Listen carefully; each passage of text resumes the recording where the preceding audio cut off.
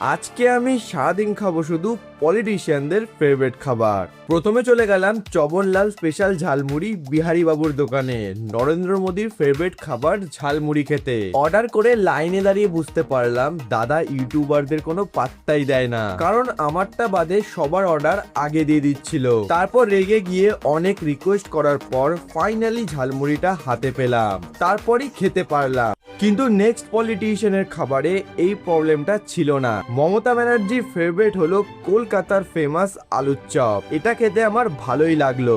এর পরের পলিটিশিয়ান তো এই ফটো দেখে তোমরা বুঝতেই পারছো। তাই সাউথ ইন্ডিয়ান রেস্টুরেন্টে গিয়ে বিজয় থালাপতির ফেভারিট খাবার প্লেন ধোসা নিয়ে নিলাম, যেটা আমার সত্যি দারুণ খেতে লাগলো।